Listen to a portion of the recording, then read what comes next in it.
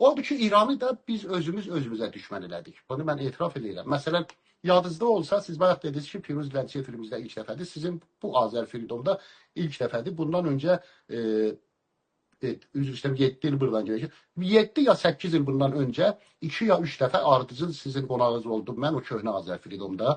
Evet. Və orada çox qəribə bir söz var idi ki, sonra sizə böyük etirazlar gəldi. Nədən? Orada mən dedim ki, Ayətullah Xameneyi deyir, biz ona görə Ermənistanın tərəfdarıyıq ki, biz izin verə bilmərik Azərbaycanlılar Qarabağı geri alsınlar. Güya Xameneyi deyir. Zira Qarabağı geri alsalar, sabah da Təbrizi istəyəcəklər. Sizin o çıxışdan sonra bilsin nə qədər mənə zəng edib təkirlər, hələ oxu gəldi. Mən bilirəm, mənim özümə də böyük hücumlar oldu, filanlar oldu. Hətta Rusiyada yaşayan Azərbaycanlılar, İrandan, Bakıdan özündən filanlar. Bu bir yalan idi, Qurban bəy. Çox təəssüf ki... Yox, bu yalan sizin efirdə getmədi ha. Bunu deyil, sizin efir 10 ildən sonra getdi sizin efirdə.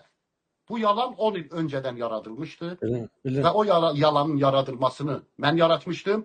Niyə? Mən 14 yaşımdan siyasətin içində olan bir adam, İran düşmənli olan bir adam. Biz hər kiçik, yəni bu siyasətdir. Bu belə olmalıydı. Ən kiçik fürsəti kullanıb İran əleyhinə fikirdir, İran əleyhinə, Azərbaycanın xeyrinə bir işlər görmək istəyirdik. Və mənim yaratdığım 3 qorxunc tarixi yalan var ki, 3'ü də qeydə keçib həqiqət kimi, biri də budur. Bunu sizinlə danışmaqdan öncə, yəni təxminən 20 il öncə bu yalanı mən ilk dəfə yaratmışam, yayınlamışam, tarix də qoymuşuq, fakt da yaratmışam. Bir dəqiqə, Firuz bəy, burada bir də xahişinə fasilə verin. Əslən vətənlər, məsələ bilirsiniz nədir? Mən dünən yarısırağa gün efirdə dedim bu sözü. Burada mənim də günahım var şəxsən Qurban Məmmədov olaraq. İran-Azərbaycan münasibətləri, daha doğrusu İran haqqında Azərbaycanın ictimai rəyin yanlış istiqamətdə formalaşmasında sağ olsun Firuz bəy indi özünün müəyyən səhvlərini etiraf edib. Bu çox vacib məsələlərdir bunlar. Mənim də şəxsən rolum olub. Çünki inandığım, etibar etdiyim bəzi adamlardan eşitdiyim məlumatları həqiqət kimi xalqıma çatdırmışam. Onlar da nəticə etibarilə İran əleyhinə mənfi bir fikir formalaşdırıb. Baxın, sağ olsun ki Firuz bəy bunu dedi.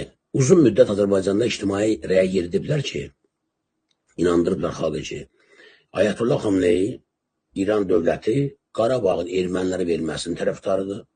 Ermənilərin yanındadırlar. Azərbaycanı ittiham edirlər. Belə şeylə danışmaqla xalqımızda İrana qarşı yanlış olan, əsassız olaraq düşmən bir fikir formalaşdırılıb.